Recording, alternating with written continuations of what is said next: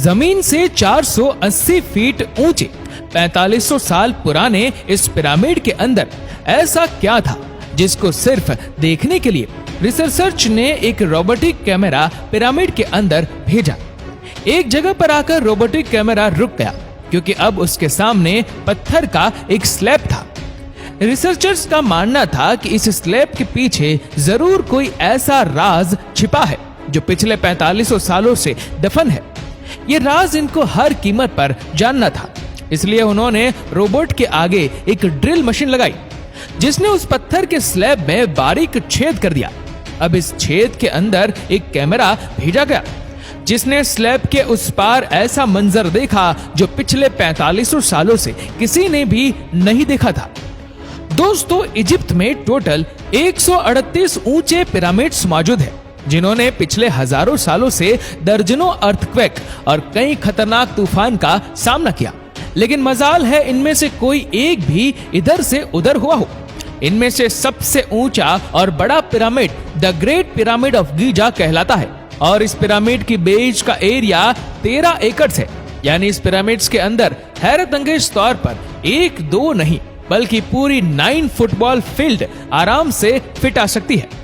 एक एस्टिमेट के हिसाब से इस पिरामिड में टोटल 23 लाख बड़े बड़े पत्थरों का इस्तेमाल हुआ, जिनमें से कई पत्थरों का वजन 50 टन भी था। अगर इसके टोटल वजन का अंदाजा लगाया जाए तो इस पैरामीटर का वजन 60 लाख टन है, जो 12 बुर्ज खलीफा के वजन के बराबर बनता है। लेकिन इतने ऊंचे और आलीशान पिरामिड बनाने का आखिर मकसद क्या था? हजारों साल पहले जब इंसान के पास कोई टूल्स भी मौजूद नहीं थे, तब इन पिरामिड की दीवारों को कैसे इंच बाय इंच लेवल किया गया, कैसे 50 टन वजनी पत्थरों को स्क्वायर शेप में काटकर बगैर क्रेन के ही 480 फीट ऊंचाई तक पहुंचाया गया। और इनको बनाने में ऐसे कौन से इंजीनियर्स का हाथ था जिन्होंने इन पिरामिड्स को अर्थक्वेक प्रूफ के साथ साथ इनकी तमाम साइड को एग्जैक्टली 51.5 डिग्री के एंगल पर सेट किया। ये सब आप जान सकेंगे आज की इस वीडियो में, तो आइए शुरू करते हैं। Challenge number 1। कई सदियों से मुख्तलिफ रिसर्च टीम इस पिरामिड्स कंस्ट्रक्शन टेक्निक जानने के लिए सिर पकड़कर बैठी थी कि आखिर इस पिरामिड की हर side exactly north, south, east और वेस्ट पर बगैर कंपास के कैसे सेट की गई होगी। कई एक्सपर्ट्स का मानना है कि उस टाइम के आर्किटेक्ट ने सबसे पहले ऐसी जमीन तलाश की होगी जो लाखों टन वजनी पत्थरों का वजन झेल सके, जिसके बाद ना कोई कंपास और ना ही कोई ऑप्टिकल इंस्ट्रूमेंट, सिर्फ इस बेसिक टेक्निक से हजारों साल पहले इस पिरामिड की डायरेक्शन सेट की गई होगी, और वह भी 0 एरर्स के साथ। Challenge number 2। अगला चैलेंज था जमीन को लेवल करने का। जिस 13 एकड़ की जमीन पर इस पिरामिड को बनना था, उसका लेवल थोड़ा सा भी आउट होता तो 23 लाख पत्थरों के इस पहाड़ का खड़ा होना बिल्कुल भी मुमकिन नहीं था। अब इस जमीन को लेवल करने के लिए उस टाइम के इंजीनियर के पास ना ही लेजर लेवलर था और ना ही पवन लेवलर। एक्सपर्ट्स का मानना है कि कंस्ट्रक्शन साइट की चारों साइड पर खड्डा करके उसमें पानी डाला गया होगा और फिर एक साइड के पानी के लेवल से दूसरे साइड के पानी के लेवल को मैच किया गया होगा। जो जमीन का हिस्सा पानी के लेवल से मैच नहीं कर रहा होगा, उसको छेनी और हथौड़ी की मदद से काट कर लेवल किया गया होगा। कई एक्सपर्ट्स का मानना है कि एंशिएंट इजिप्शियंस ने इस सिंपल टूल का भी इस्तेमाल किया होगा, जिसकी दोनों साइड पर लकड़ियां और उसके ठीक सेंटर पर एक रस्सी से पत्थर बंधा हुआ है। अगर पत्थर जमीन से टच हो गया और उसकी रस्सी ठीक सेंटर लाइन पर आ रही होगी, तो इसका मतलब है कि बीच की जमीन परफेक्टली लेवल है। Challenge number 3। अब पिरामिड कंस्ट्रक्शन साइट पर डायरेक्शंस भी सेट थी, मार्किंग भी हो चुकी थी और जमीन का लेवल भी सेट था। अब बारी थी कंस्ट्रक्शन स्टार्ट करने की, जिसके लिए लाखों टन वजनी और बड़े पत्थर रिक्वायर्ड थे। लेकिन ये पत्थर काटने के लिए ना ही उनके पास ग्राइंडर थे और ना ही जैक हैमर। लेकिन फिर भी उन्होंने 50 टन वजनी पत्थर काटे भी और उनको स्क्वायर या रेक्टेंगल शेप भी दिया। लेकिन आखिर किसकी मदद से? जी हाँ, यही वह सिर्फ एक टूल था जिसकी मदद से पत्थरों को काटा गया। एक्सपर्ट्स का मानना है कि पिरामिड्स की कंस्ट्रक्शन पर इस्तेमाल होने वाली छेनी सिर्फ कॉपर से ही नहीं बनी थी, क्योंकि उनको भी ये बात मालूम थी कि कॉपर नरम होता है और पत्थर नहीं काट सकता, इसलिए इसमें एक केमिकल आर्सेनिक भी शामिल किया गया था। कॉपर और आर्सेनिक से बनाई जाने वाली ये छेनी लकड़ियों के हथौड़ों से पत्थरों पर ठोकी जाती थी और कई घंटों की मेहनत के बाद बड़े बड़े पत्थर शेप में लाई जाती थी। Challenge number 4। अब ये खास किस्म का पत्थर जिसको आज लाइमस्टोन कहा जाता है, उसकी कटाई पिरामिड कंस्ट्रक्शन साइट गीजा से 250 किलोमीटर दूर टोरा के शहर में हो रही थी। अब मसला था इस पत्थर को गीजा तक ट्रांसपोर्ट करने का। हर एक पत्थर 50 टन यानी 50,000 केजी के बराबर था, जो तकरीबन 3 पैसेंजर बस के वजन के बराबर बनता है। और ऐसे 23 लाख पत्थर सिर्फ एक पिरामिड में इस्तेमाल होते थे।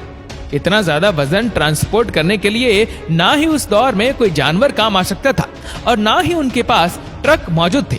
अगर आजकल के जदीद दौर में भी ये काम करना पड़े तो ट्रांसपोर्ट कंपनी का अच्छा खासा टफ टाइम आएगा। हैरतअंगेज तौर पर यह काम वर्कर्स और कश्तियों की मदद से किया गया। जी हाँ, टोरा और गीजा के दरमियान मौजूद रिवर का फायदा उठाया गया और बड़ी बड़ी कश्तियों में पत्थर लाद कर पिरामिड साइट पर पहुंचाए गए। एक्सपर्ट्स का मानना है कि यह काम इतना आसान नहीं था। शिफ्ट में इतने बड़े पत्थर की लोडिंग और अनलोडिंग में कम से कम भी 500 मजदूरों की आर्मी एक ही वक्त में लगाई गई होंगी। Challenge number 5। जो एक्सपर्ट की टीम पिरामिड के कंस्ट्रक्शन पर रिसर्च कर रही थी, उनको अब अपने कई सवालों के जवाब मिल चुके थे, लेकिन एक बात उनको हर वक्त सता रही थी कि लाइमस्टोन कट भी गए, ट्रांसपोर्ट भी हो गए और कंस्ट्रक्शन के दौरान एक के ऊपर एक लगना भी शुरू हो गए। लेकिन मसला ये था कि पत्थर इतनी ऊंचाई तक आखिर पहुंचाए कैसे गए होंगे। कई एक्सपर्ट्स का मानना है कि पिरामिड के कंस्ट्रक्शन से पहले ही ये प्लान कर लिया गया था। या तो ये स्पाइरल ट्रैक के जरिए ऊपर गए होंगे या फिर जिगजैग तरीके से। लेकिन ये बात तो तय है कि 50,000 केजी के पत्थर ऊपर मजदूरों की आर्मी की मदद से ही खींच कर गए होंगे। Challenge number 6। दोस्तों, बात सिर्फ लाखों मजदूरों छेनी हथौड़े से लाइमस्टोन काटने और इतने बड़े पत्थरों को ट्रांसपोर्ट करने की ही नहीं थी। इस पिरामिड्स के अंदर कंपार्टमेंट, उनके अंदर जाने का रास्ता और कई छोटी छोटी सुरंगें भी बनाई गई थी। बाकी सब चीजें तो ठीक थी, लेकिन एक चीज एक्सपर्ट्स को हैरान कर गई और वो ये थी कि कंपार्टमेंट के अंदर जो पत्थर इस्तेमाल हुआ था वह लाइमस्टोन नहीं बल्कि ग्रेनाइट था। जी हाँ, ग्रेनाइट एक ऐसा पत्थर है जो डायमंड के बाद दुनिया का सबसे सख्त तरीन स्टोन माना जाता है। आजकल के मॉडल दौर में भी ग्रेनाइट बड़े बड़े मशीन की मदद के सिवा काटा ही नहीं जा सकता। दुनिया भर से कई आर्कियोलॉजिकल एक्सपर्ट्स को पिरामिड का विजिट भी करवाएगा, लेकिन किसी को भी इस बात का सुराग नहीं मिला कि 4500 साल पहले इजिप्शियन ने ग्रेनाइट जैसे ठोस पत्थर को इतनी सफाई से कैसे काटा था। आखिरकार कई सालों के बाद एक्सपर्ट्स ने इस मिस्ट्री को भी सॉल्व कर दिया। इजिप्शियंस ने ग्रेनाइट को इतनी सफाई से एक ऐसे आरे से काटा था जिसके दांत ही नहीं थे। जी हाँ, बगैर दांत वाले इस आरे के दोनों साइडों पर वजन डालकर इसको ग्रेनाइट पर चलाया जाता था और बीच में बजरी डाली जाती थी। एक्सपर्ट्स का मानना है कि इस तरीके से इतने बड़े पत्थर को काटने में 4 महीनों का वक्त लग जाता था। दोस्तों, आखिरकार पिरामिड बनाने का मकसद क्या था? इसको बनाने में कितने मजदूर एक ही वक्त में काम करते थे? और रोबोटिक कैमरा ने जब पिरामिड के अंदर पत्थर के स्लैब में सुराख किया तो उसके अंदर वो कौन सा मंजर देखा गया जो पिछले 4500 सालों से किसी ने भी नहीं देखा था? ये सब और इससे भी ज्यादा आप जान सकेंगे इस वीडियो के पार्ट नंबर 2 में। दोस्तों, इस वीडियो को लेकर आपकी क्या राय है नीचे कमेंट करके जरूर बताइएगा और अगर आपको वीडियो अच्छा लगा हो तो इस वीडियो को लाइक करेगा, शेयर करेगा ज्यादा से ज्यादा लोगों तक और ऐसी ही और भी रोचक जानकारियों के लिए सब्सक्राइब करें हमारे YouTube चैनल को और Facebook पर फॉलो करें हमारे पेज को। धन्यवाद।